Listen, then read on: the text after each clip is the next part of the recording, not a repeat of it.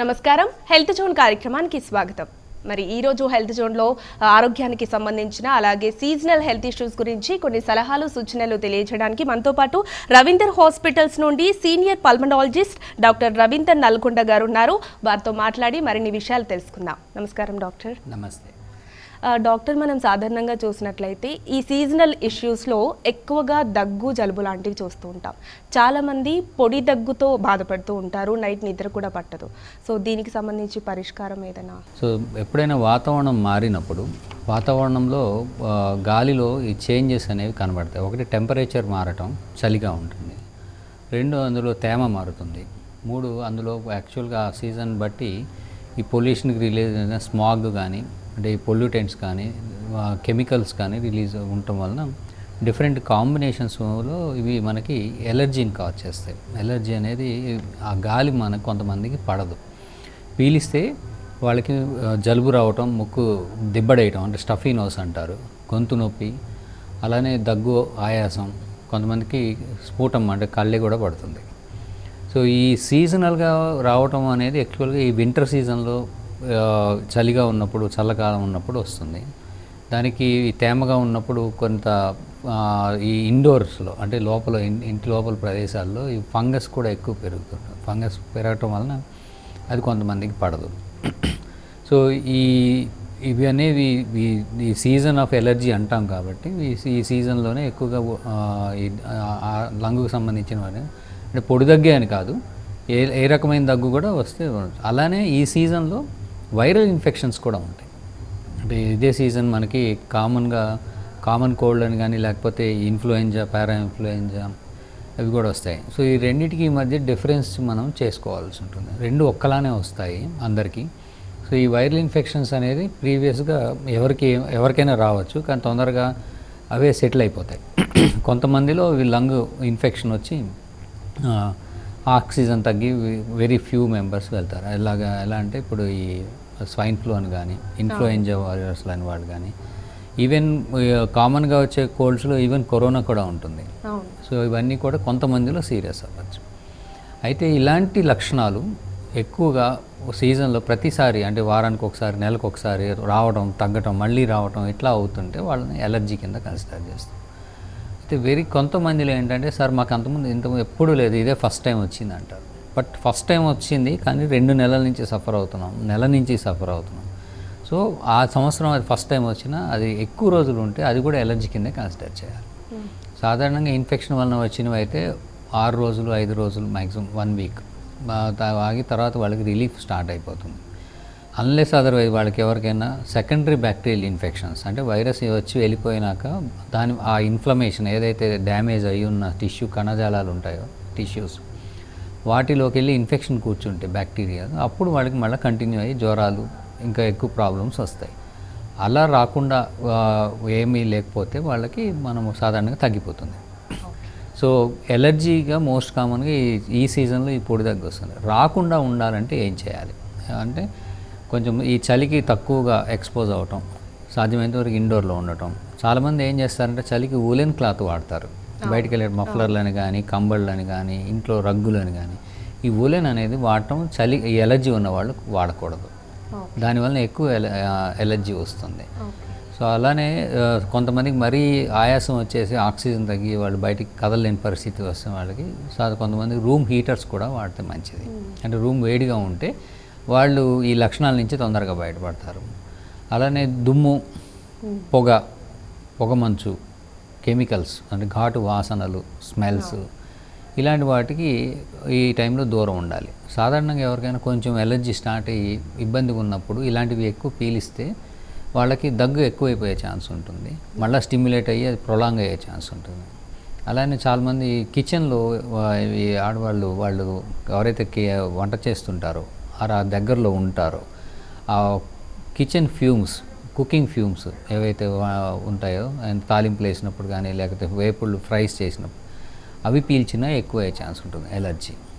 So అలానే pet animals ఇంట్లో వచ్చినప్పుడు ఆ కెమికల్స్ వాటికి సెలైవా కానీ ప్రోటీన్ డ్రాపింగ్స్ కానీ అవి ఎక్కువగా ఉన్నప్పుడు మనకి ఎక్కువ వస్తుంది. సో ఈ సీజన్లో ఎవరికైతే ఇలాంటి లక్షణాలు తడవకి వస్తుంటాయో వాళ్ళు చాలా వరకు జాగ్రత్తలు తీసుకోవాలి. ఎలాంటి జాగ్రత్తలు వాళ్ళకి తీసుకోవాలనేది దేనివల్ల వస్తుందో వాళ్ళు తెలుసుకొని ప్రతి సంవత్సరం అది కంపల్సరీ పాటించాలి. ఏది చేసినా కొంతమందికి దగ్గు ఎంతో కొంత వస్తుంది, మన కంటికి కనబడదు, ఆ గాలి పీలుస్తాం, బయటికి వెళ్తాం, ట్రావెల్ చేస్తుంటాం, పార్టీలకి ఫంక్షన్స్కి వెళ్తాం, అక్కడ ఎక్స్పోజ్ అవుతాం. ఇలా స్టార్ట్ అయిన వాళ్ళు కొంతమంది మందులు కూడా వాడాల్సి వస్తుంది. అలాగే పొడి దగ్గు ఎక్కువగా వస్తుంటుంది కదా డాక్టర్, దాని గురించి చెప్పండి. అంటే పొడి దగ్గు అనేది సాధారణంగా ఎలర్జిక్ కాఫ్లో ఉంటుంది. చాలామందిలో ఏమవుతుందంటే ఈ దగ్గు వస్తుంది కానీ మిగతా ఏ లక్షణాలు ఉండవు. వాళ్ళకి ఏమవుతుంది, బాగా దగ్గుతుంటారు బట్ వేరే లక్షణాలు ఏమి ఉండవు. అంటే కళ్ళు పట్టడం కానీ ఆయాసం రావటం కానీ ఇవేమి ఉండవు. సో ఈ దగ్గు రావడానికి, పొడి దగ్గు రావడానికి కారణము మోస్ట్ కామన్గా సీజన్లో ఈ ఆస్తమా అనే ఉంటుంది. అలానే అప్పర్ ఎయిర్వే అంటే నోసు, గొంతు ఇరిటేషన్ వలన వాళ్ళకి వస్తుంది. అంటే గాలి పీలుస్తుంటే అక్కడ ఇరిటేట్ అయ్యి స్టిమ్యులేట్ అయ్యి దగ్గు వస్తుంది. అంతేకాకుండా కొంతమందికి, చాలామందిలో ఈ దగ్గు రావడానికి కారణము రిఫ్లెక్స్ డిసీజ్ అంటారు. రిఫ్లెక్స్ డిసీజ్ అంటే పొట్టలో ఉన్న ఫుడ్ మెటీరియల్స్ సరిగా అరక్కగానే మన ఈసోఫేజియల్ స్పింక్టర్ ఉంటుంది అక్కడ, లోవర్ ఈసోఫేజ్, అది లూజ్గా ఉండటం వలన అక్కడి నుంచి ఫుడ్ మెటీరియల్ గొంతులోకి రావటం వలన కూడా దగ్గు వస్తుంది. సాధారణంగా అది పొడి దగ్గే ఉంటుంది. కొంతమందికి ఈ పొట్టలో పురుగులు ఉంటాయి, నూలు పురుగులు లాంటివి, దానివల్ల కొంతమంది ఇస్నోఫిలియా అని వస్తుంది. ఈ ఇస్నోఫిలియా ఉండటం వలన కూడా చాలామందికి దగ్గు వస్తుంది. సాధారణంగా పొడి దగ్గే ఉంటుంది. కొంతమంది ఆస్తమా ఉంటుంది వాళ్ళకి, కానీ ఆస్తమాలో సాధారణంగా ఏంటంటే పిల్లి కూతలు రావాలి, లేకపోతే ఆయాసం ఉండాలి, లేదంటే తెమడ అంటే కళ్ళె పడాలి, లేదా జలుబు ఉండాలి, ఇలాంటి లక్షణాలు ఉంటేనే ఆస్తమా. కానీ కొంతమందిలో ఏంటంటే ఇవేమి ఉండవు, ఓన్లీ దగ్గు వస్తుంది. దాన్ని కాఫ్ వేరియంట్ ఆస్తమా అంటారు. సో ఇలాగా ఈ పొడి దగ్గుకి చాలా రకాల కారణాలు ఉంటాయి. కొంతమంది ఇరిటెంట్స్లో పనిచేస్తుంటారు, అంటే ఫ్యాక్టరీస్లో వాటిలో కెమికల్స్ దగ్గర వాటి ఘాటు వాసన వాళ్ళకి పడను ఉంటాయి. సో ఇరిటెంట్ కాఫ్ అంటే అది పీల్చగానే వస్తుంటుంది. వర్క్ ప్లేస్లో, చాలా వర్క్ ప్లేసుల్లో మనం చాలా కెమికల్స్కి ఎక్స్పోజ్ అవుతాం. అలాంటి ఇరిటెంట్స్ని పీల్చినప్పుడు, లేదా పొగ కానీ, ఘాటు వాసనలు కానీ, లేకపోతే ఇరిటెంట్స్ కూడా కంటిన్యూస్గా చాలామందికి దగ్గు వస్తుంటుంది. యూజువల్గా ఇరిటెంట్ కాఫ్ పొడి దగ్గే ఉంటుంది. సో వెరీ రేర్లీ లంగ్లో ప్రాబ్లం ఉంటుంది, ఐఎల్డి లాంటివి ఉంటే అది పొడి దగ్గు ఉంటుంది. అది లాస్ట్లో మనం అన్ని రూల్ అవుట్ చేసినాక ఎవరన్నా ఆ సిటీ స్కాన్స్ వాటిలో ఫైండింగ్స్ చూసి ఐఎల్డి లాంటివి, అంటే లంగ్ డ్యామేజ్ ఉంటే, వాటికి ఫైబ్రోసిస్ ఉంటే పొడి దగ్గు. సో మోస్ట్ కామన్గా మిగతా ఏ దగ్గులు ఇలాంటివన్నీ సాధారణంగా తగ్గిపోతాయి. సో వాటికి సంబంధించిన ఇరిటెంట్స్ నుంచి బయటికి రావటం, లేదా మందులు వాడటం, లేదా టెస్టులు చేసి ఏమైనా నిర్ధారణ చేసి, లేక ఇస్నోఫిలియా ఉందా, లేకపోతే కాఫ్ వేరియంట్ ఆస్తమా కొన్ని టెస్టులో దొరికిన ఈ ట్రయల్ ఆఫ్ మెడిసిన్స్లో రిలీఫ్ ఎంత వస్తుంది, ఇవన్నీ చూసి దాన్ని బట్టి వాటిని మనము అధిగమించవచ్చు. కానీ ఫైబ్రోసిస్ వలన వచ్చిన దగ్గు మాత్రం చాలా అది పోదు. సాధారణంగా దాన్ని మెయింటైన్ చేసుకోవాల్సి వస్తుంది. మనకి ఎండలో ఉంటే డి విటమిన్ వస్తుంది అని చెప్తూ ఉంటారు, అందరికీ తెలుసు. ఎంతసేపు ఎండలో ఉంటే డి విటమిన్ వస్తుంది? అంటే ఇది కొంచెము ట్రికీ, ఎలాగా ఎంతసేపు అనేది చెప్పలేము. ఇది కంట్రీకి మారుతుంది. ఇప్పుడు మనము భూమధ్య రేఖకి దగ్గరలో ఉన్నాం, మనకి ఎండ ఎక్కువ ఉంటుంది. సో దానివలన మనకి ఎండ బాగానే దొరుకుతుంది కదా, మనకి అవసరం లేదనే ఫీలింగ్ చాలామంది ఉంటుంది.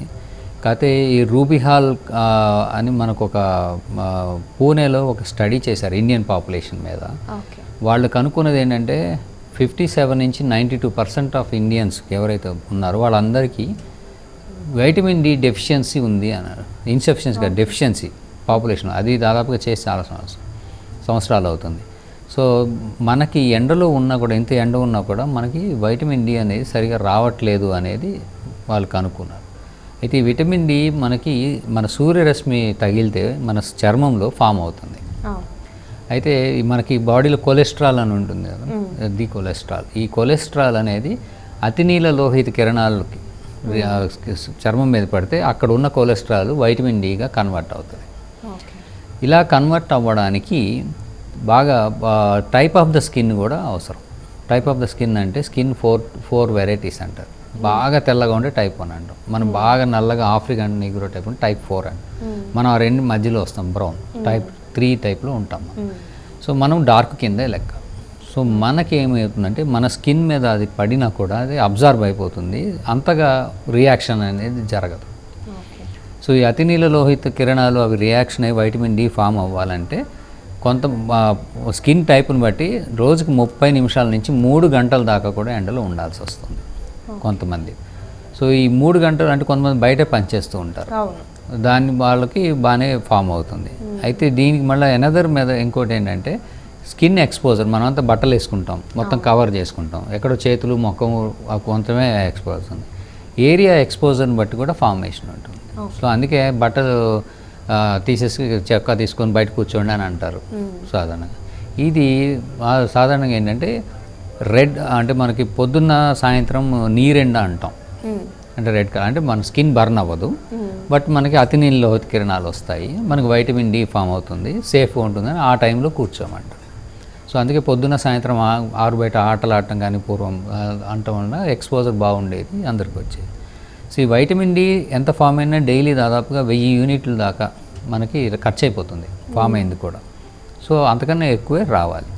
సో 90% ఆఫ్ ఇండియన్ పాపులేషన్, మనం అందరికీ లైఫ్ స్టైల్ అలా ఉన్నా, ఇంత ఎండ ఉన్నా, అంతమంది డెఫిషియన్సీ ఉన్నారు కాబట్టి వైటమిన్ డి గురించి మనం జాగ్రత్త తీసుకోవాల్సిన అవసరం ఉంటుంది. వైటమిన్ డి అనేది చాలా కీలకమైన విటమిన్, చాలా మన ఇమ్యూనిటీకి సంబంధించి కానీ, ఇన్ఫ్లమేషన్కి సంబంధించి కానీ, అలానే ఎముకల యొక్క హెల్త్ డెన్సిటీ కానీ, జాయింట్స్ కానీ, ఈ వీటన్నిటికి సంబంధించి విటమిన్ డి రోల్ చాలా ఉంది.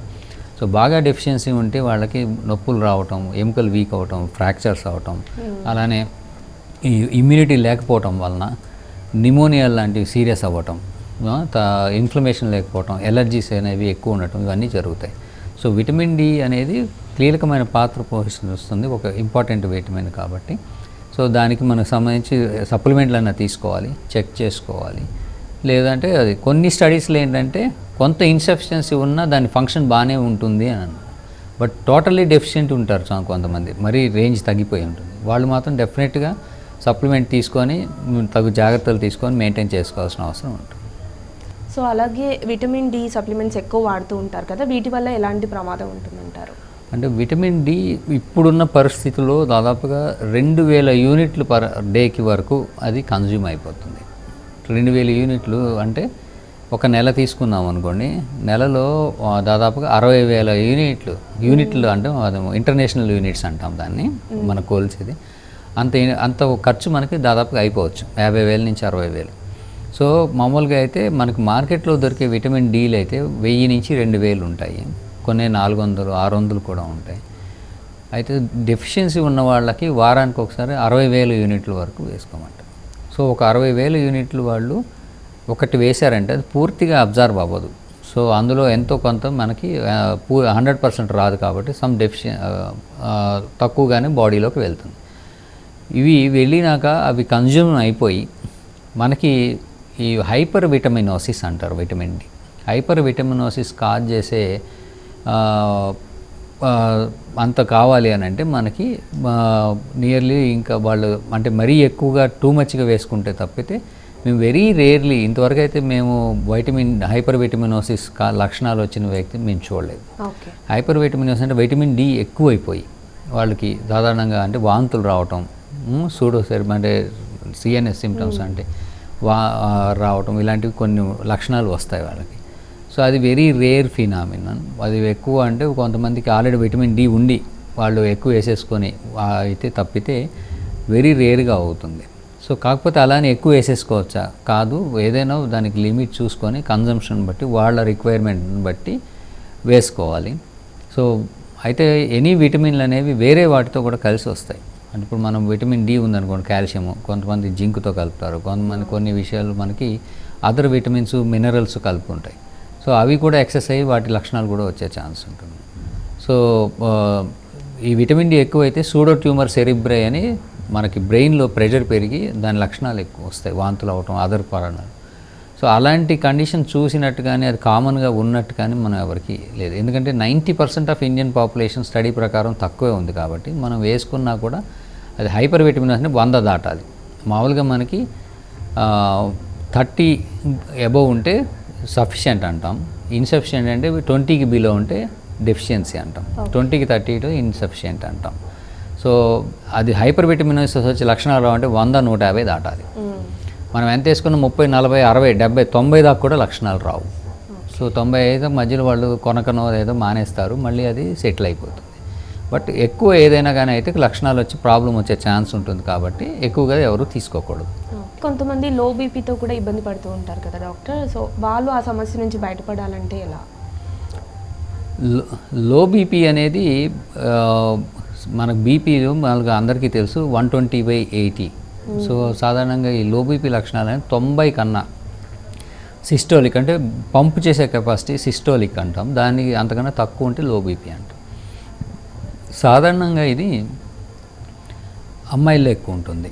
సో లేడీస్లో ఈ లో బీపీ అనేది కామన్. సో మామూలుగా అయితే 90/60 90/60 ఉన్న కొంతమందిలో అది నార్మల్ కింద తీసుకుంటాం.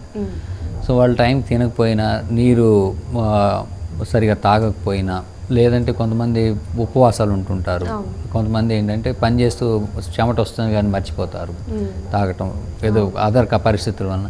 ఇలా అప్పుడు ఫర్దర్గా బీపీ డౌన్ అయినప్పుడు కొలాప్స్ అవుతారు. సో లో బీపీ ఉన్నవాళ్ళు ఏంటంటే సాధారణంగా కొంతమంది కళ్ళు తిరిగి పడిపోవటం, గిడ్డీనెస్ అంటారు, అలానే బ్లాక్అవుట్స్ అని అంటారు. బ్లాక్అవుట్స్ అంటే నిలబడి అసెంబ్లీస్లో వాటిలో నిలబడతారు, కొంతమంది పడిపోతుంటారు లో బీపీ వచ్చి. సో ఈ సింకోపల్ అటాక్స్ అంటారు కొంతమందికి, లేదా బ్లాక్అవుట్స్ అంటారు. సో ఇలాంటివి జరిగే సందర్భాలు ఉంటాయి.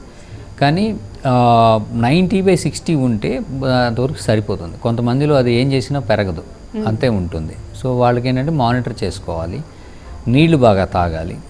తర్వాత వాళ్ళకి ఏంటంటే కొంతమంది ఏం చేస్తారంటే బాగా పడిపోయినప్పుడు ఉప్పు నీళ్ళు తాగుతారంటారు. అంటే ఉప్పు అనేది మన బాడీలో టోనిసిటీ అంటే ఆస్మాటిక్ ప్రెషర్ పెంచి మనకు బీపీ పెరగడానికి హెల్ప్ అవుతుందని.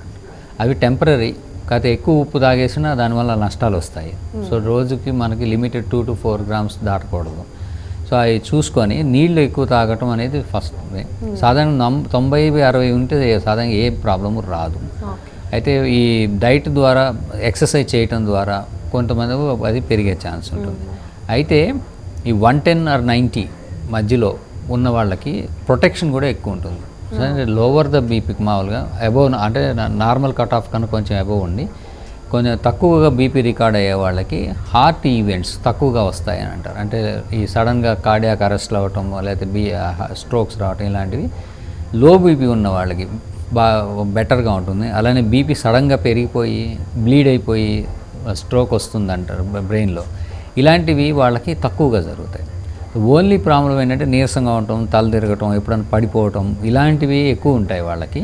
సో అవి ఏంటంటే వాళ్ళు డైలీ రొటీన్లో మేనేజ్ చేసుకుంటూ నీళ్ళు ఎక్కువ తాగటం, ఇలాంటివి డైట్ ద్వారా మెయింటైన్ చేసుకుంటూ రావటం తప్పితే సో బీపీ పెరగడానికంటూ మందులు అయితే లేవు. సో ఆల్టర్నేటివ్గా త్రూ అదర్ థింగ్స్ ద్వారానే వాళ్ళు తెచ్చుకోవాల్సి ఉంటుంది. సో అలాగే డాక్టర్, కొంతమంది ప్రతిరోజు నాన్ వెజ్ తింటూ ఉంటారు, అది మంచిదే అంటారా? అంటే మనం ఏదైనా కానీ ఎక్కువగా తింటే అది నష్టం వచ్చే ఛాన్స్ ఉంటుంది. ఏదైనా కానీ ఇప్పుడు మనము ఒక వ్యక్తి ఓన్లీ మంచినీళ్ళు కూడా ఒక అనుకున్న దానికన్నా 20 లీటర్లు 100 లీటర్లు అట్లా తాగాడు అనుకున్నప్పుడు వాటర్ టాక్సిటీ వచ్చి చనిపోయే ఛాన్స్. సో డైలీ రిక్వైర్డ్ కంటే డైలీ తినేవాళ్ళు కూడా కొంచెం తింటే రిక్వైర్డ్ కన్నా అది ప్రాబ్లం రాకపోవచ్చు. కానీ ఓవరాల్గా తీసుకుంటే మనము నాన్ వెజ్ ప్రోటీన్స్ బాడీకి కావాల్సింది అంటే 1 gram per kg body weight. మనం ఐడియల్ బాడీ వెయిట్ అంటే ఒక 6 అడుగుల వ్యక్తి ఉన్నాడు అనుకోండి, వాళ్ళకి ఐడియల్గా 80 kg వరకు ఉండాలి వాళ్ళు బరువు. ఆ 80 grams ప్రోటీన్ అనేది బాడీలోకి వెళ్ళాలి. సో 80 grams ప్రోటీన్ మన బాడీలోకి వెళ్ళాలి అని అంటే మనం కొంత ఎక్సెస్లో తినాలి. ఇది బాడీలోకి వెళ్ళాలి అన్నప్పుడు మనం అందరూ ఏమనుకుంటారంటే నేను ఒక 100 grams నుంచి ఒక 1/2 kg చికెన్ తినేసాను, దానివల్ల నాకు కావాల్సినంత వచ్చేస్తుంది అనుకుంటాం. సో వాటికి ప్రతి ప్రోటీన్కి, ఎనిమల్ ప్రోటీన్స్కి ప్రోటీన్ ఎఫిషియన్సీ రేషియో అంటారు. అంటే మనం అది 1 kg తిన్నామంటే మన బాడీలోకి ఎంత వెళ్తుంది. సో ఆ ప్రోటీన్ ఎఫిషియన్సీ అనేది చికెన్ కానీ మటన్ కానీ ఏవైనా ఎనిమల్స్వి అది నియర్లీ 40 to 60% లోపలే ఉంటుంది. ఫిష్ అనేది కొంచెం ఇంకెక్కువ ఉంటుంది. ఎగ్ అయితే ప్రోటీన్ నియర్లీ 100%, అంటే తిన్న ప్రోటీన్ అంతా బాడీలోకి వెళ్ళిపోతుంది. అయితే ఈ డైలీ ఈ ప్రోటీన్స్ ఎక్కువ లోడ్ తీసుకుంటే కొంతమందికి కొన్ని ప్రాబ్లమ్స్ వచ్చే ఛాన్స్ ఉంటుంది. సో ఫ్యాట్ లోడ్ ఎక్కువ అవుతుంది, కిడ్నీ మీద లోడ్ ఎక్కువ అవుతుంది, అమోనియా ఎక్కువ ఫార్మేషన్ అవటం వలన కిడ్నీలో లోడ్ ఎక్కువ అవుతుంది. సో చాలామంది ఏంటంటే ఈ ఎక్సర్సైజ్ చేస్తున్న వాళ్ళు ఎక్సెస్ ప్రోటీన్ తీసుకుంటారు. ఇది బాడీ టాలరేట్ చేసినంత వరకు ఓకే, బట్ ఎక్సెస్ ప్రోటీన్స్ బాడీలోకి వెళ్తే అది కిడ్నీ మీద లోడే ఒక్కోసారి సడన్గా కిడ్నీ ఫెయిల్ అయ్యే ఛాన్స్ కూడా ఉంటుంది.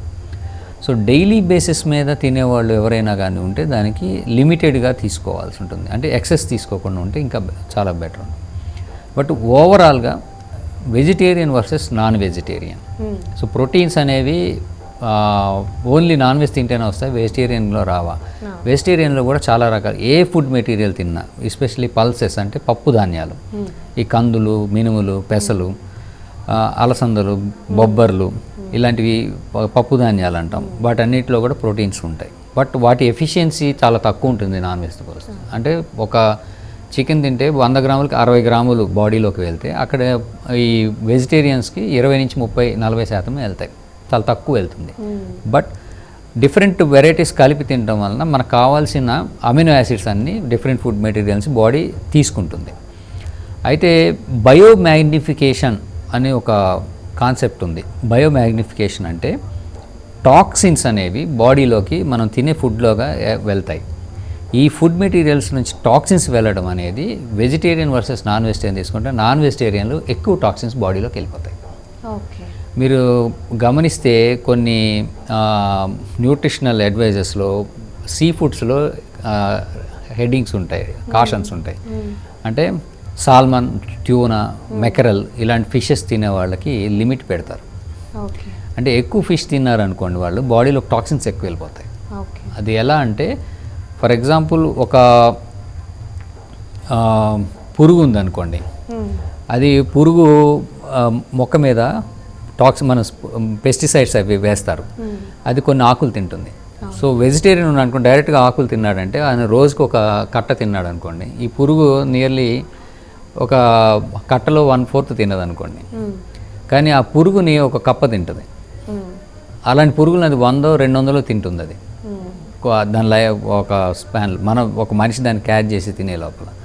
సో 100 పురుగులు తిన్న కప్పని ఉందనుకోండి, ఈ నియర్లీ ఒక 20 కట్టల టాక్సిన్ అందులోకి వెళ్తుంది. సో ఆ కప్పని ఒక మనిషి లైఫ్ టైంలో ఒక 10 కప్పలు తిన్నాడు అనుకోండి ఒక నెల రోజుల్లో. సో బయోమ్యాగ్నిఫికేషన్ ఆఫ్ టాక్సిన్స్ అనేవి పురుగు నుంచి కప్పకి, కప్ప నుంచి మనిషికి ఎండ్ అంటాం. వీటిని ఫుడ్ పిరమిడ్లో మనం ఎండ్లో ఉంటాం కార్నివరస్. ఈ ఫుడ్ టాక్సిటీనెస్ అనేవి నాన్ వెజిటేరియన్స్లో ఎక్కువ వెళ్ళిపోతుంది. అంటే ఈ DDT, లెడ్, ఈ ఆర్గనోఫాస్ఫేట్స్, ఆర్గనోక్లోరైడ్స్, ఆర్గనోకార్బోమేట్స్, ఈ పురుగు మందులు, పెస్టిసైడ్స్ ఇవన్నీ ఈ బాడీలోకి ఎక్కువగా ఈ ఎనిమల్ నుంచి ఎక్కువ వెళ్ళిపోతాయి. సో వెజిటేరియన్తో పోలిస్తే. So and the same manner non veg మరీ ఎడిక్షన్ కాకుండా తినే వాళ్ళకి ఏం ప్రాబ్లం ఏమి ఉండదు, కానీ ఎక్కువగా తినే వాళ్ళకి మోర్ ఆఫ్ ఫ్యాట్ వెళ్ళిపోతుంది. 1 kg చికెన్ తిన్నారంటే నియర్లీ 400 to 500 grams ఫ్యాటే బాడీలోకి వెళ్తుంది. సో మనం నాన్ వెజ్లో ప్రోటీన్స్ తింటాం అనుకుంటాం, కానీ we end up with eating more fat. So oils కూడా వెళ్తాయి, దాన్ని కూడా బ్యాలెన్స్ చేసుకోవాలి. సో ఈ రెండు గుర్తుపెట్టుకొని వెజిటేరియన్ నాన్ వెజ్ తినేవాళ్ళు రెగ్యులర్గా తినటం అనే వాళ్ళకి ఏంటంటే జస్ట్ వాళ్ళు లిమిటెడ్గా తీసుకొని దాన్ని బ్యాలెన్స్ చేసుకోవాల్సిన అవసరం ఉంటుంది. సో డాక్టర్, చాలామంది ఎట్లాంటి సమస్య వచ్చినా కూడా వాటర్ ఎక్కువ తీసుకోండి అని చెప్తారు. డాక్టర్ కూడా అదే చెప్తూ ఉంటారు, ఎక్కువ ప్రిఫర్ చేస్తూ ఉంటారు. సో పర్ డేకి ఎంత వాటర్ తీసుకోవాలి? అలాగే ఇప్పుడు మనకి దగ్గు, జలుబు లాంటివి వచ్చినప్పుడు కూడా కాచి చల్లార్చిన వాటర్ తాగాలి, అలాగే మినరల్ వాటర్ తాగకూడదు అని కూడా మనం వింటూ ఉన్నాం. ఎలాంటి వాటర్ తీసుకుంటే బాగుంటుంది? అంటే రోజు మొత్తం మీద ఒక వ్యక్తి ఇంత వాటర్ తీసుకోవాలని కాంప్లికేట్ చేయకుండా వాళ్ళు నియర్లీ ఒక 3 లీటర్లు 24 గంటలు తాగితే అవి సరిపోతుంది అన్నట్టుగా ఒక థంబ్ రూల్ లాగా చెప్పారు. సో అంటే ఒక వ్యక్తి సిస్టమ్ పనిచేయాలంటే మనకి మనకు నీరు తాగకుండా ఉంటే మన బాడీలో చెమట ద్వారా, అలానే మనకి యూరిన్ ద్వారా, అలానే మోషన్ ద్వారా మనకి మేజర్గా బాడీ నుంచి వాటర్ బయటికి వెళ్ళిపోతుంది.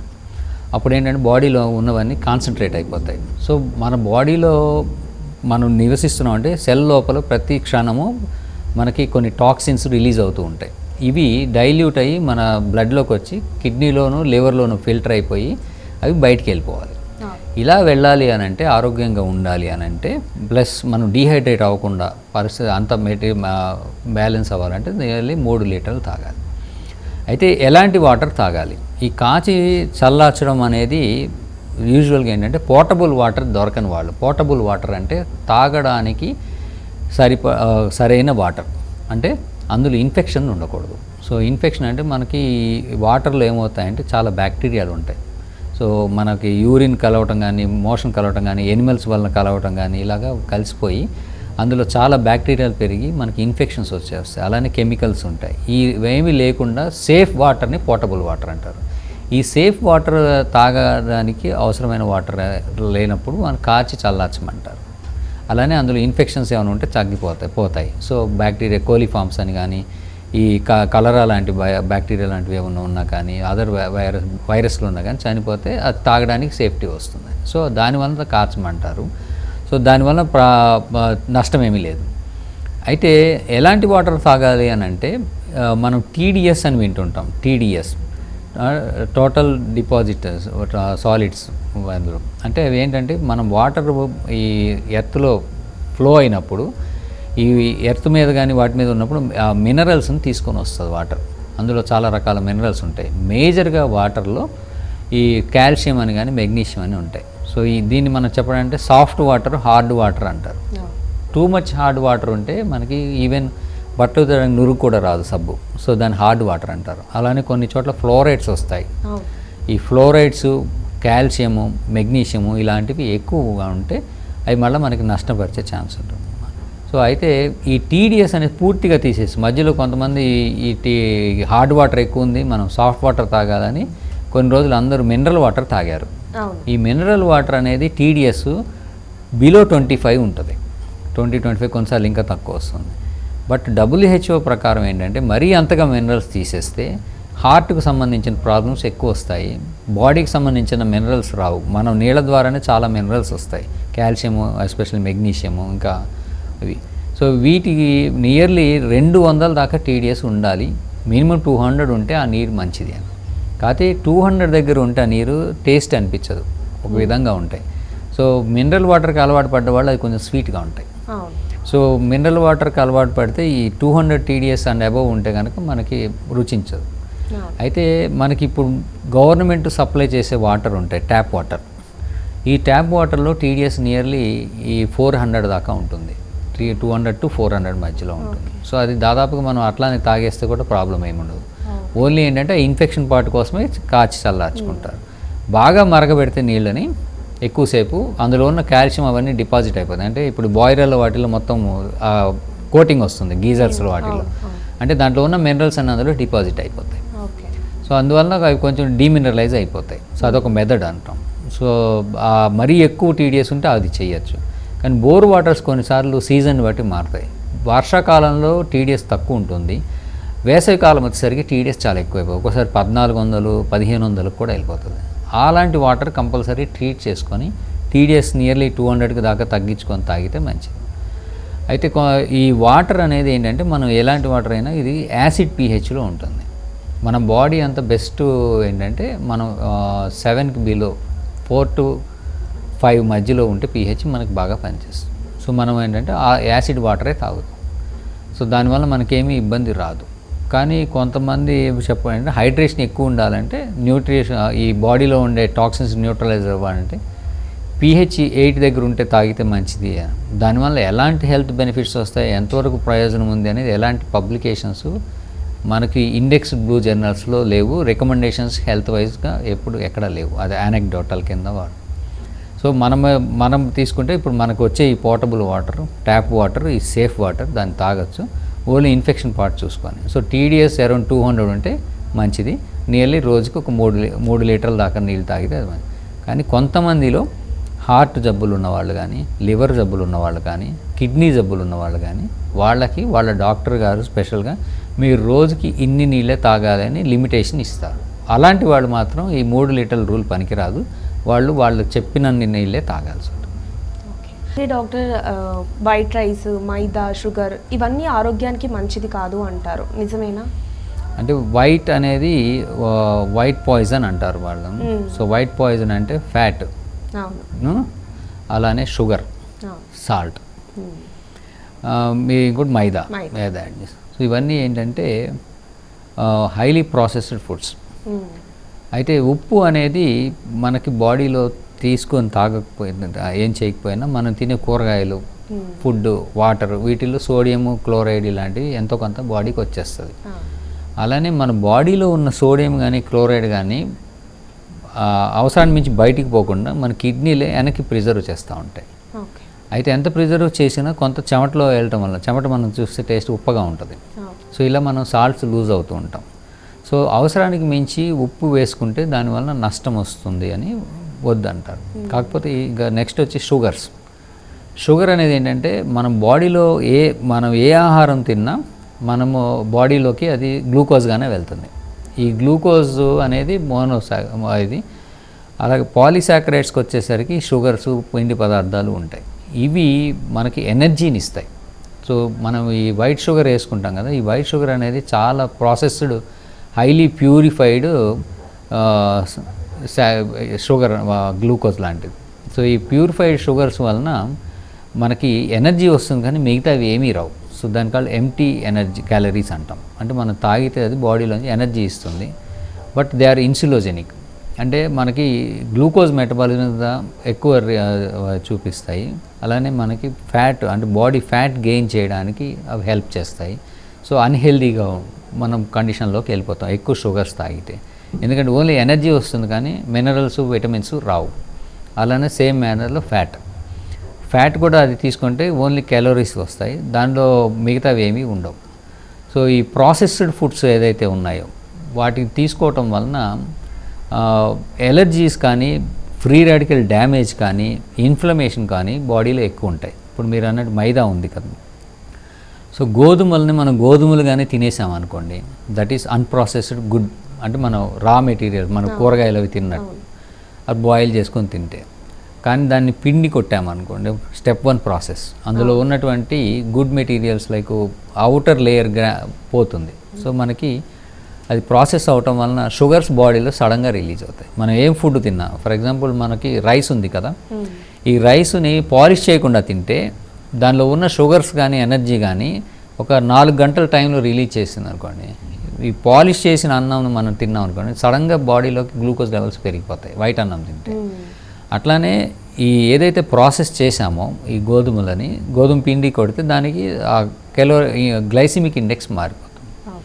దాని తర్వాత దాన్ని మైదాకా చేస్తారు. సో ఇంకా ప్రాసెస్ అవుతుంది, దానిలో ఉన్న గుడ్ మెటీరియల్స్ అన్నీ వెళ్ళిపోతాయి, ఫైబర్ వెళ్ళిపోతుంది, అలానే న్యూట్రియంట్స్ వెళ్ళిపోతాయి, ఓన్లీ క్యాలరీస్ మిగులుతాయి. ఆ ప్రాసెస్ చేసిన మైదాన్ని మళ్ళీ దాన్ని బేకింగ్ చేస్తారు, డబుల్ బేకింగ్ చేస్తారు. సో మోర్ ద ప్రాసెస్ చేసే కొద్దీ దాంట్లోకి క్యాలరీస్ పెరుగుతాయి, ఆయిల్, ఫ్యాటు వలన ఈ ఓన్లీ క్యాలరీస్ పెరిగి దానికి గుడ్ ప్రాపర్టీస్ ఆఫ్ బయోఫ్లావనాయిడ్స్ కానీ, లేకపోతే మినరల్స్ కానీ, విటమిన్స్ కానీ, ఫైబర్ కానీ ఏమీ లేకుండా అయిపోతుంది. ఇలాంటి ఫుడ్ మెటీరియల్స్ తీసుకుంటే బాడీకి ఎనర్జీ అయితే వస్తుంది కానీ కాన్స్టిపేషన్ రావటం, కార్సినోజెనిసిటీ పెరగటం, క్యాన్సర్స్ లాంటివి, అలానే ఇన్ఫ్లమేషన్, అంటే బాడీలో మనకి ఎవరన్నా స్కిన్కి ఏదైనా తగిలిందని రెడ్గా అవుతుంది, that is called inflammatory process. ఇలాంటిది జనరలైజ్డ్ ఇన్ఫ్లమేషన్ అనేది బాడీలో ప్రాసెస్డ్ ఫుడ్ తిన్న వాళ్ళకి ఎక్కువ ఉంటుంది. సో వాళ్ళకి ఇరిటబిలిటీ కానీ ఎలాంటి హెల్త్ ప్రాబ్లం అయినా రావచ్చు. అలానే ఎలర్జీస్ అనేవి ఈ ప్రాసెస్డ్ ఫుడ్ తీసుకున్న వాళ్ళకి ఎక్కువ ఉంటుంది. అలానే ప్రాసెస్డ్ ఫుడ్ తిన్న వాళ్ళకి షుగర్ కంట్రోల్స్ ఎక్కువ ఉండవు. సో వాళ్ళకి డయాబెటిక్స్ వాళ్ళు ఎక్కువ ప్రాసెస్డ్ ఫుడ్ తింటే అది ఎప్పటికీ కంట్రోల్కి రాదు. సో అందుకే బ్యాక్ వెళ్ళమంటారు. సో వీటన్నిటి దృష్ట్యా ఏంటంటే ప్రాసెస్డ్ ఫుడ్ ఏం తిన్నా ఎంటీ క్యాలరీస్ వస్తాయి కానీ దానివల్ల మనకు పెద్ద ప్రయోజనం ఏమీ ఉండదు.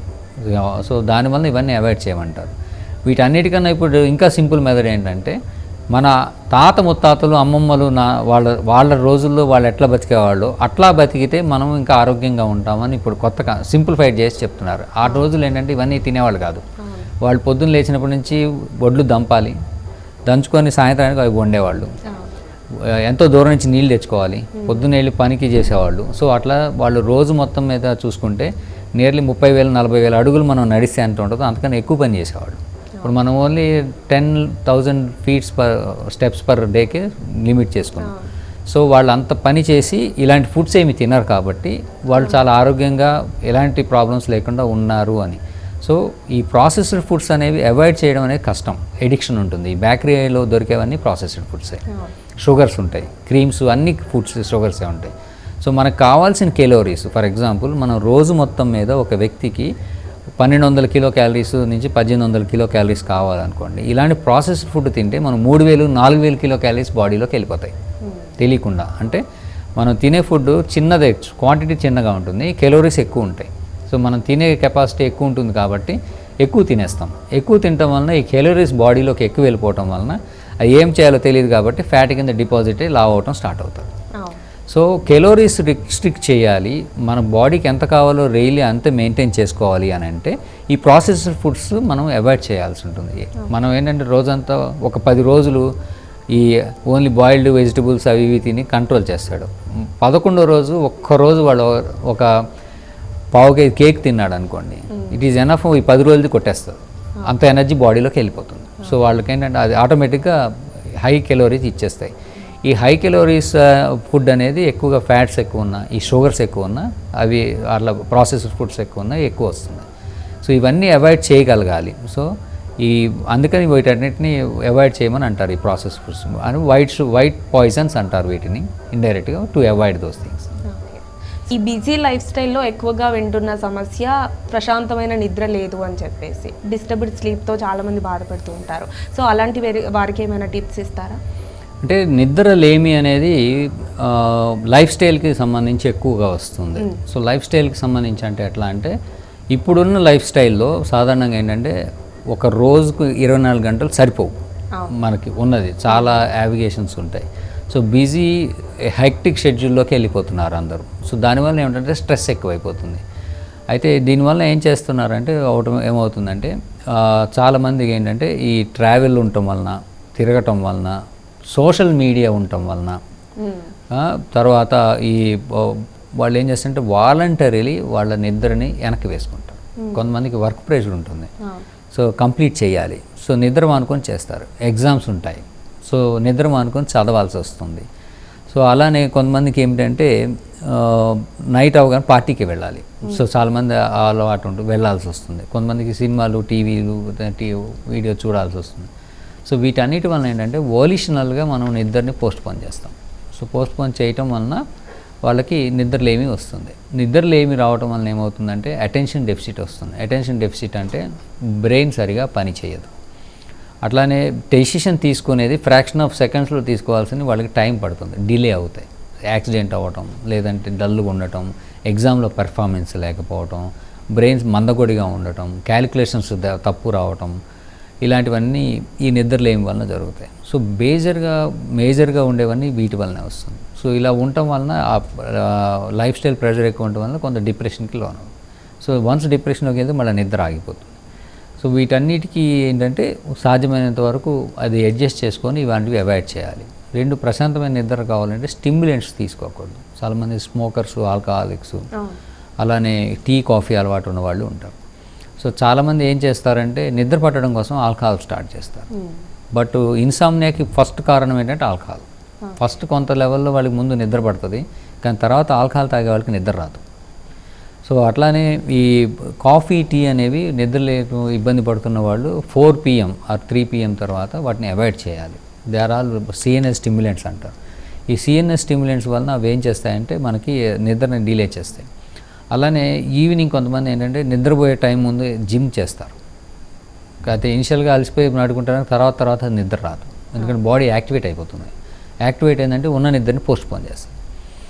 అలానే చాలామందికి ఏమవుతుందంటే, ఫర్ ఎగ్జాంపుల్ నేను రోజు 10ంటికి పడుకుంటాను, నాకు 10ంటికి నిద్ర వస్తుంది, కానీ ఏదో పనుండి 10ంటి నుంచి నేను 12ంటి దాకా మెలకువగా ఉన్నాను. సో అంటే ఆ టైంలో బాగా తోలుతాము, 12 అయ్యేసరికి మనం యాక్టివేట్ అయిపోతాం మళ్ళీ. సో మన ఫేజ్ దాటిపోతుంది, దాటిపోయిన తర్వాత మళ్ళీ నిద్ర రాదు.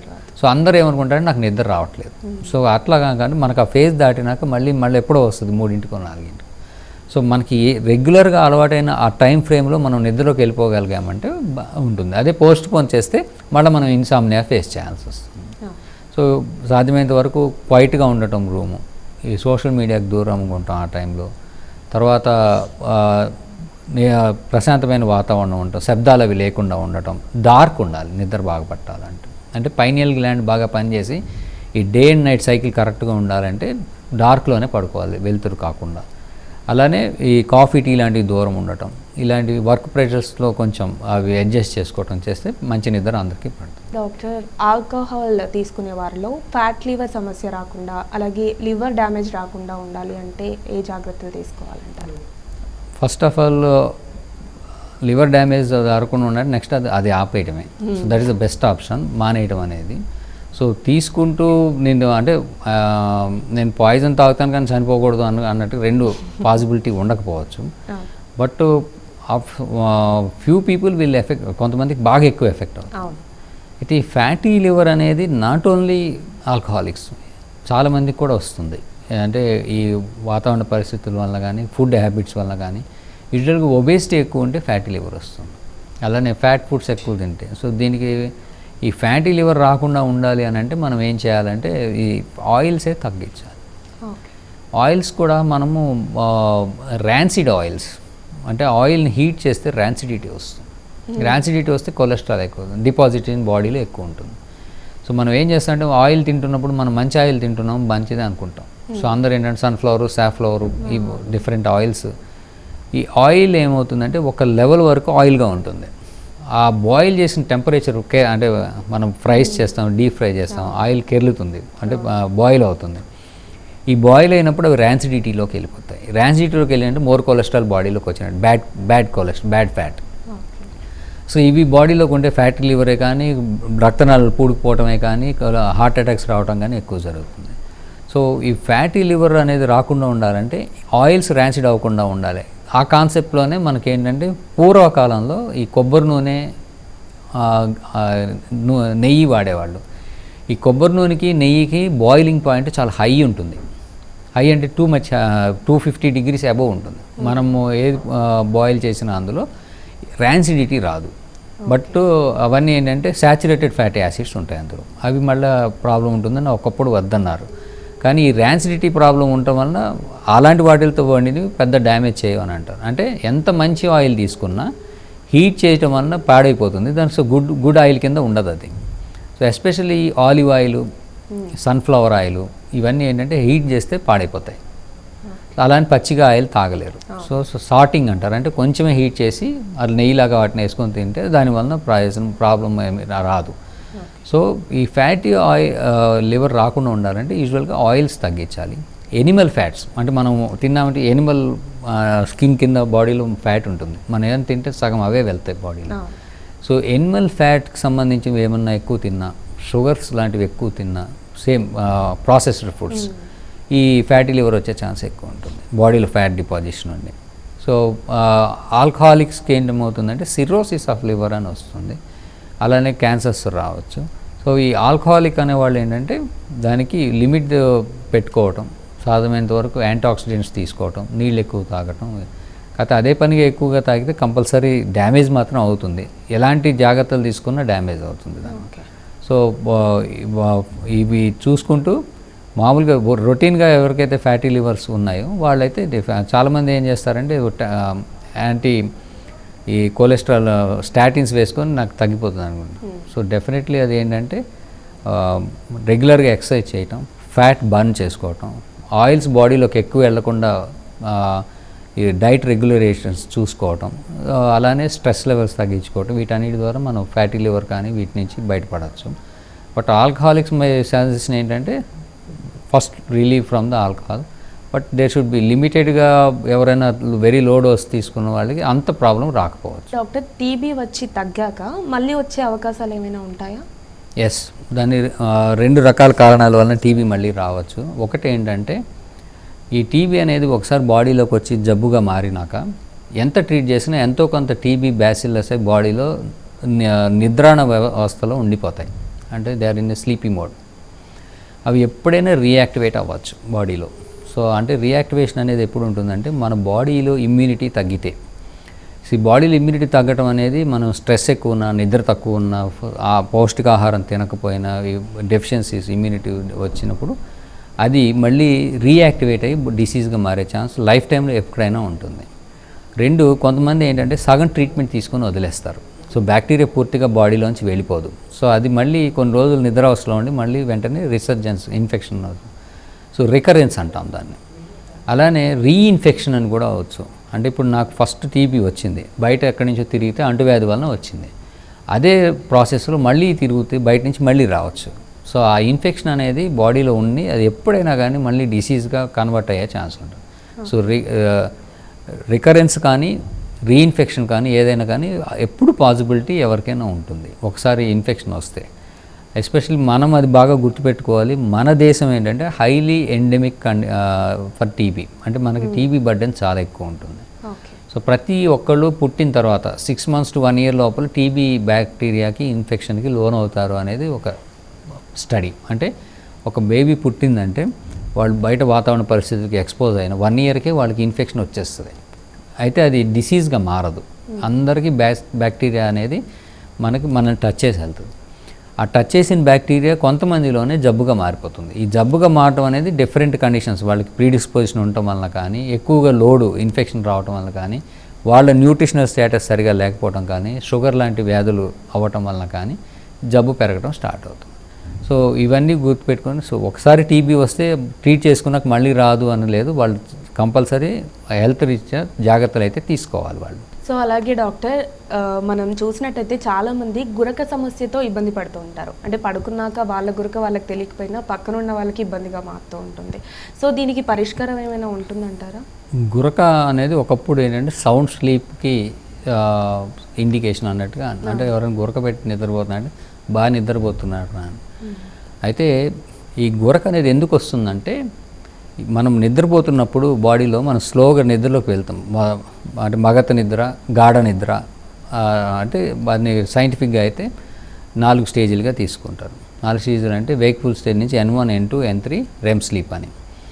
అయితే ఎవరైతే ఇలా డెప్త్లోకి వెళ్తున్నారో ఆ వెళ్ళేటప్పుడు మన బాడీలో చేంజెస్ వస్తాయి.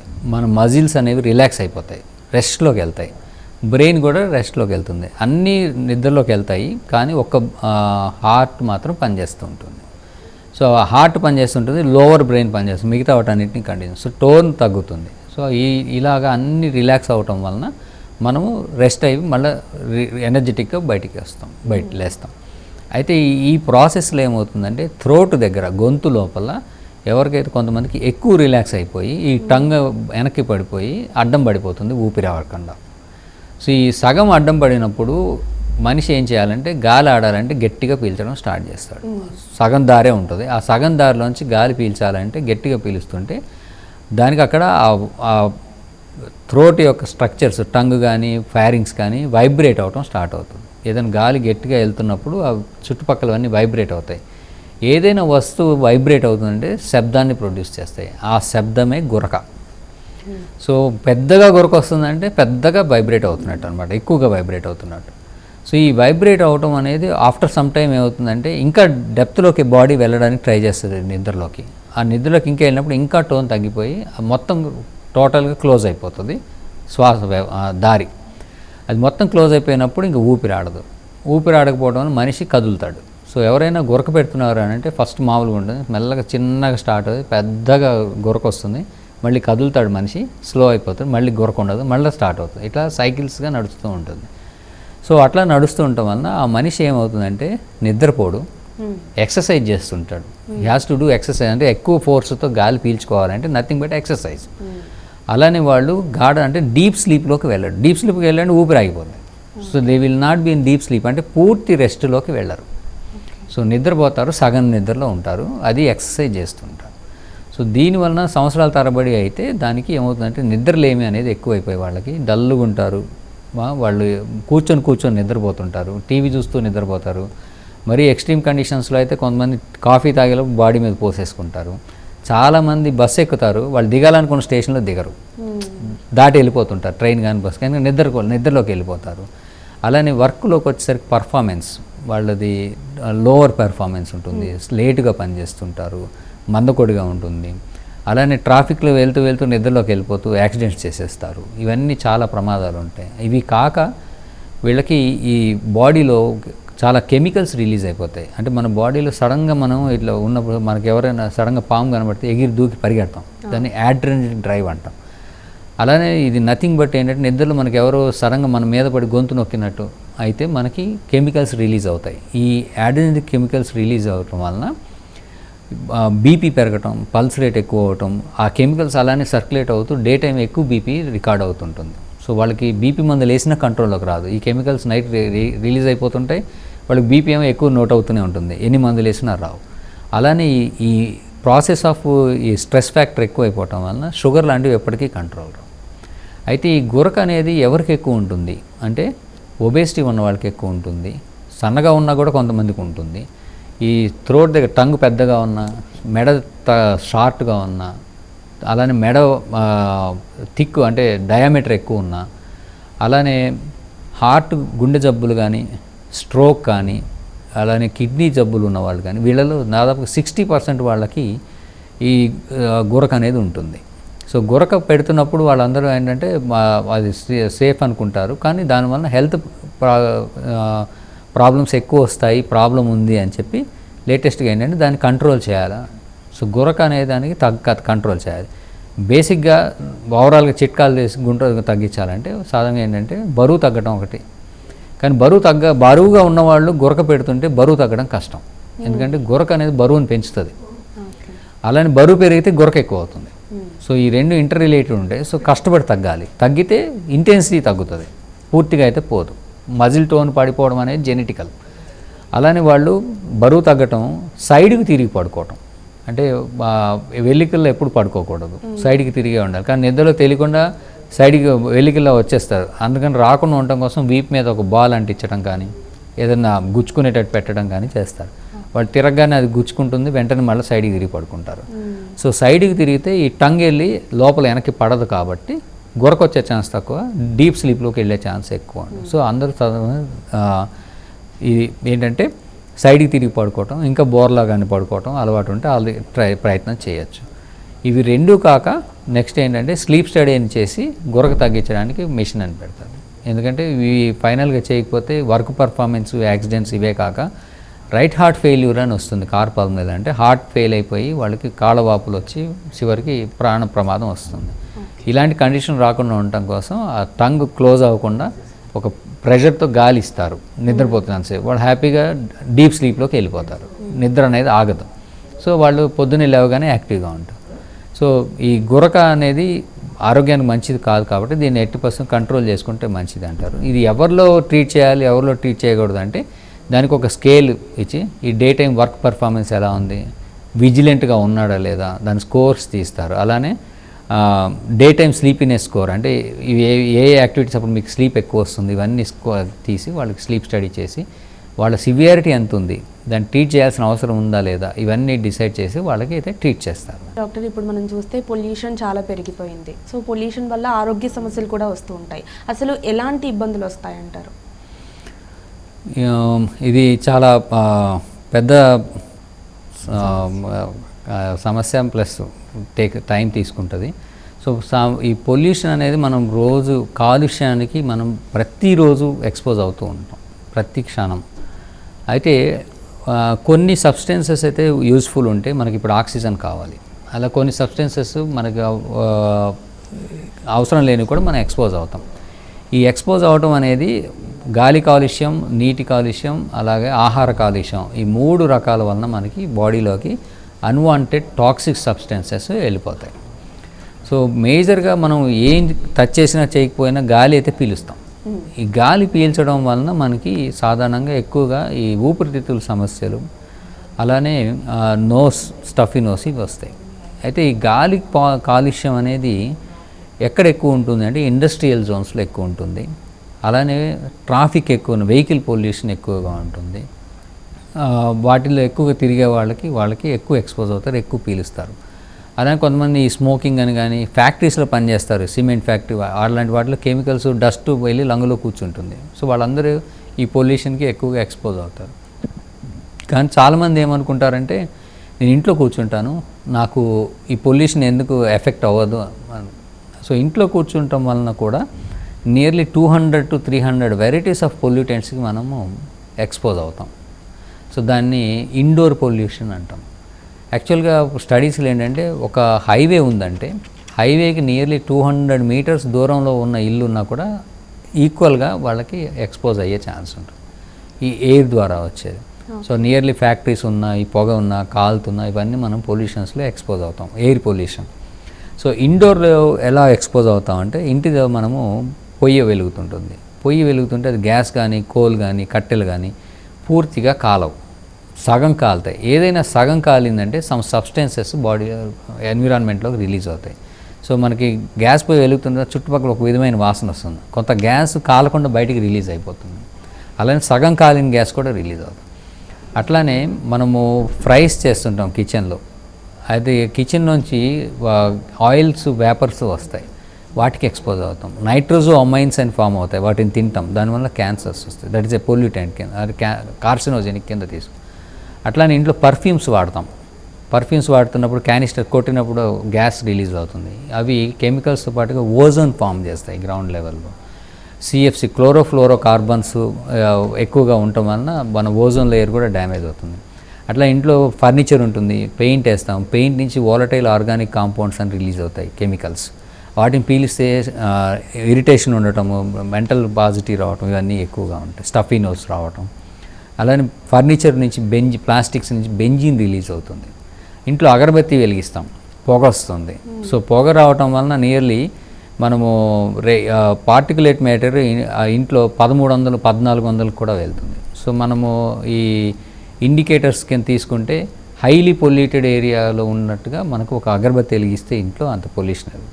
సో ఈ విధంగా మనం తెలియకుండా లైఫ్ స్టైల్లో ఇప్పుడు మనం తాగే నీళ్ళలో చాలా కెమికల్స్ వస్తాయి, పెస్టిసైడ్స్ వస్తాయి, వాటిని మనం తాగుతాం. ఫుడ్లో ఇప్పుడు మనకు తెలియకుండా ఈ పొలాల నుంచి నీళ్లు కాలువలోకి వెళ్తాయి, కాలువల నుంచి నదిలోకి వెళ్తాయి, నదిలో ఉన్న చేపలన్నిటికీ ఈ పాయిజన్స్ ఎక్కుతాయి. సో మనం ఆ చేపలు తింటే మనకు ఆ ఫుడ్ ఆ కెమికల్ మన బాడీలోకి వెళ్ళిపోతుంది.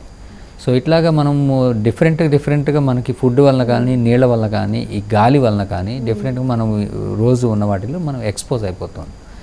వీటికి తోడు డిఫరెంట్ లో మనం ఏంటంటే డిఫరెంట్ కెమికల్స్కి అడల్ట్రేషన్ వలన కూడా ఎక్స్పోజ్ అయిపోతున్నాం. అడల్ట్రేషన్ అంటే కల్తీ. సో మనం తినే ఆయిల్స్ కానీ ఫుడ్ కానీ వీటన్నిటిలో వాళ్ళ లాభాల కోసం మిగతా వాళ్ళ ఆరోగ్యాలు పాడు చేసే విధంగా కార్సినోజెన్స్ అవి వాటిని యాడ్ చేసేస్తారు. సో మెనీ కెమికల్స్ మనకి అవి యాడ్ అవుతున్నాయి, వాటి వలన కూడా మనకి చాలా నష్టం. సో ఇవన్నీ అవాయిడ్ చేయాలంటే మన నాలెడ్జ్ పెంచుకొని గ్రీన్ రివల్యూషన్ అంటే సాధ్యమైనంత వరకు ఓల్డ్ స్టైల్లో, అంటే మోడర్నైజేషన్ ఎక్కువ అయ్యే కొద్దీ మనకి పొల్యూషన్ ఎక్కువ ఉంటుంది. సో సింపుల్ మెథడ్ ఏంటంటే వీటికి మనం ఓల్డ్ స్టైల్లో బతికితే పొల్యూషన్ తక్కువ ఉంటుంది. మినిమలిస్టిక్ ఓల్డ్ స్టైల్ అంటే సాధారణంగా అందరూ ఏమనుకుంటారంటే ఒక షర్ట్ తీసుకుంటే 5 సార్లు వేసినాక పారేయాలి, ఒక బ్రష్ తీసుకున్నామంటే 1 నెలలో మార్చేయాలి, టూత్ బ్రష్. ఇలాగా డిస్పోజబుల్ ఐటమ్స్ ఎక్కువ చేసే కొద్దీ పొల్యూషన్ ఎక్కువ ఉంటుంది. మోడర్నైజేషను ఇండస్ట్రియలైజేషన్ చేస్తే మనకి we will be destroying our self very quickly. అయితే ఓల్డ్ మెథడ్లు ఏంటంటే అది అవసరమైన పనికొచ్చేంత వరకు వాడమని మన కాన్సెప్ట్. అంటే వెరీ ఓల్డ్ టెక్నిక్లు ఏంటంటే వాటిని అన్నింటినీ ఎక్కువ రోజులు వాడి అది పనికిరానప్పుడు డిస్కస్ చేస్తే సో ఈ వేస్టేజ్ అనేది ఈ వేస్టేజ్ కానీ ప్లాస్టిక్ వేస్ట్ కానీ అదర్ కెమికల్ వేస్టేజ్ కానీ ఎన్విరాన్మెంట్లోకి ఎక్కువ వెళ్లకుండా ఉంటాయి. దానివల్ల మనం చాలా వరకు సేవ్ అవుతాం. సో సింపుల్గా ఏంటంటే ఓల్డ్ స్టైల్ అంటే ఒక 100 ఏళ్ల క్రితం మన వాతావరణం ఎంత ఫ్రెష్గా ఉండేది అలాంటి లైఫ్ స్టైల్లో వెళ్ళడానికి ప్రయత్నం చేస్తే మనం సాధారణంగా ఇవన్నీ ఆటోమేటిక్గా అవాయిడ్ చేస్తాం. అవాయిడ్ చేస్తే మనకి హెల్దీ లైఫ్ స్టైల్, పొల్యూషన్ నుంచి అవాయిడ్ చేసుకునే ఛాన్స్ వస్తుంది. ఇంకా ఈ పొల్యూటెంట్స్ గురించి కొంచెం నాలెడ్జ్ పెంచుకొని ఏ విధంగా అవాయిడ్ చేయాలని ఒక్కొక్కరు దాన్ని అవాయిడ్ చేస్తూ వెళ్ళటం తప్పితే మనం వాటి నుంచి మధ్య తొందరగా ఏదో ఒక విధంగా ఎక్స్పోజ్ అవుతాం. ఇండస్ట్రీస్లో పనిచేసే వాళ్ళు కంపల్సరీ వాళ్ళకి ఆ ప్రొటెక్షన్ డిఫరెంట్ ప్రొటెక్షన్ గేర్ ఇస్తారు. ఇప్పుడు వాసనలు రాకుండా N95 కానీ రెస్పిరేటర్స్ కానీ, అలానే స్కిన్ తార్ లాంటి ఇండస్ట్రీస్లో స్కిన్ మీద పడితే అది కెమికల్స్ ప్రాబ్లమ్స్. సో వాళ్ళకి ప్రొటెక్టివ్ క్లోతింగ్ కానీ అవి ఇస్తారు. సో అలాంటివి కంపల్సరీ యూజ్ చేస్తే వాళ్ళు ఇండస్ట్రీస్లో పొల్యూటెంట్స్కి ఎక్స్పోజ్ అవ్వకుండా వాళ్ళు ప్రొటెక్ట్ చేసుకోవచ్చు. Thank you so much doctor. ఆరోగ్యానికి సంబంధించి మంచి సలహాలు సూచనలు తెలియజేశారు. Thank you. చూసారు కదా, ఇది ఇవాల్టి హెల్త్ జోన్. మరో కార్యక్రమంతో మళ్ళీ కలుద్దాం. అంతవరకు సెలవు, నమస్కారం.